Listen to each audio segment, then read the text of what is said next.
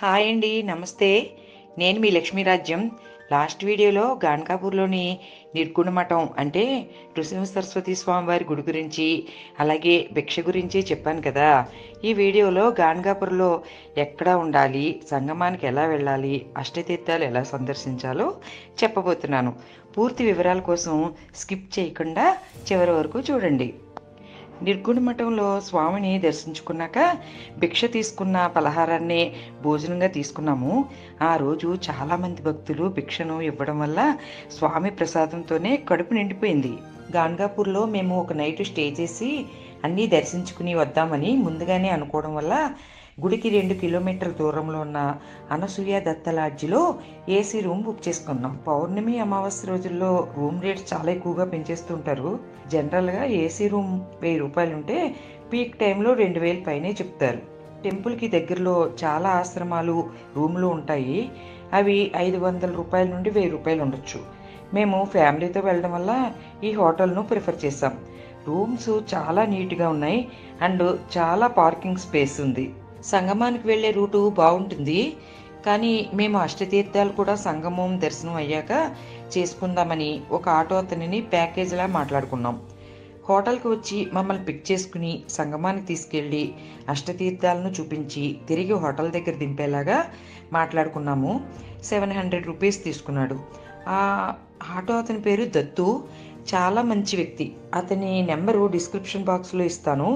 మీరు వెళ్ళినప్పుడు అతన్ని కాంటాక్ట్ చేయొచ్చు. ఎంతసేపు వెయిట్ చేసినా చాలా ఓపికగా అన్ని చోట్ల ఆపి క్షేమంగా తీసుకొచ్చాడు. సంగమంకి కారులో ప్లాన్ చేసుకుని వెళ్ళొచ్చు, కానీ అష్టతీర్థాల రోడ్స్ మాత్రం అస్సలు బాగోలేవు. కొన్ని వాటికైతే కారులో వెళ్ళలేము కూడా. అందుకే మేము ఆటో మాట్లాడుకుని నేను చెప్పినట్టు ప్లాన్ చేసుకున్నాము. సంగమంలో చాలామంది భక్తులు స్నానం చేయడానికి వస్తారు. కాకపోతే ఆ నీరు, అక్కడ ఉండే సదుపాయాలు అస్సలు బాగోలేదు. గుడికి వచ్చిన చాలామంది భక్తులు కొబ్బరికాయలు, పువ్వులు, ఒత్తులు నీటిలోనే విడిచేస్తుండడం వల్ల ఇక్కడ నీట్నెస్ అస్సలు ఉండదు. అలాగే చేంజింగ్ రూమ్స్ కూడా ఏర్పాటు చేయకపోవడం వల్ల అందరూ చాలా ఇబ్బంది పడుతూ ఉంటారు. ఈ పుణ్యక్షేత్రాన్ని టెంపుల్ యాజమాన్యం అలాగే గవర్నమెంట్ వారు నీట్గా ఉంచేలాగా చర్యలు తీసుకుంటే ఎంతో బాగుంటుంది. మేము కొంచెం ముందుకు వెళ్ళి కాస్త నీట్గా ఉంది అన్న చోట స్నానం చేసి ఒక బాటిల్తో నీటిని తీసుకుని ఔదంబర వృక్షం దగ్గరకు వెళ్ళాము.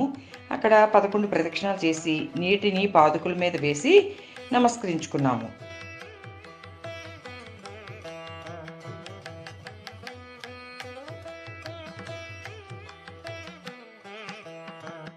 ఈ ఔదంబర వృక్షం యొక్క విశిష్టత గురుచరిత్రలో కూడా చెప్పబడింది. నరహరి అనే కుష్ఠరోగి స్వామికి నమస్కరించి తన రోగాన్ని నివారించమని వేడుకుంటాడు. స్వామి ఒక ఎండిపోయిన ఔదంబర కట్టెను ఇచ్చి సంగమంలో తూర్పు వైపుగా నాటి రోజు దానికి సంగమంలో ఉన్న నీరు పోయమని చెప్తారు.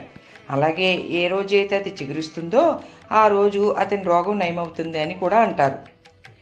అంతటా నరహరి ప్రతిరోజు స్వామి నిర్దేశించిన ప్రకారం విడవకుండా చేసేవాడు. కొన్ని రోజులకు స్వామి అతని భక్తికి మెచ్చి కొంత నీరు ఆ కట్టెపైన చల్లగానే ఆ కట్టె చిగురించడం మొదలు పెడుతుంది. అలాగే నరహరి కుష్ఠరోగం కూడా నయమవుతుంది.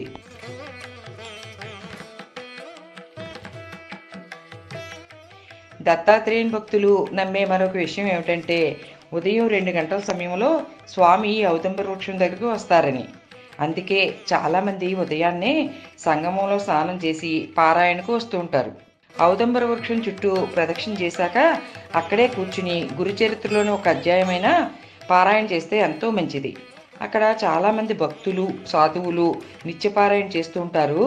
అలా ఒక అధ్యాయం చదివిన తర్వాత స్వామి దర్శనం చేసుకుని అక్కడి నుండి అష్టతీర్థాలకు బయలుదేరాము.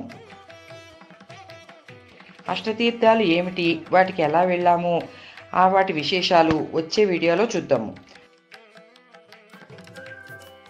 నా వీడియోస్ మీకు నచ్చినట్టయితే ఛానల్కు సబ్స్క్రైబ్ అవ్వండి. Take care friends, bye.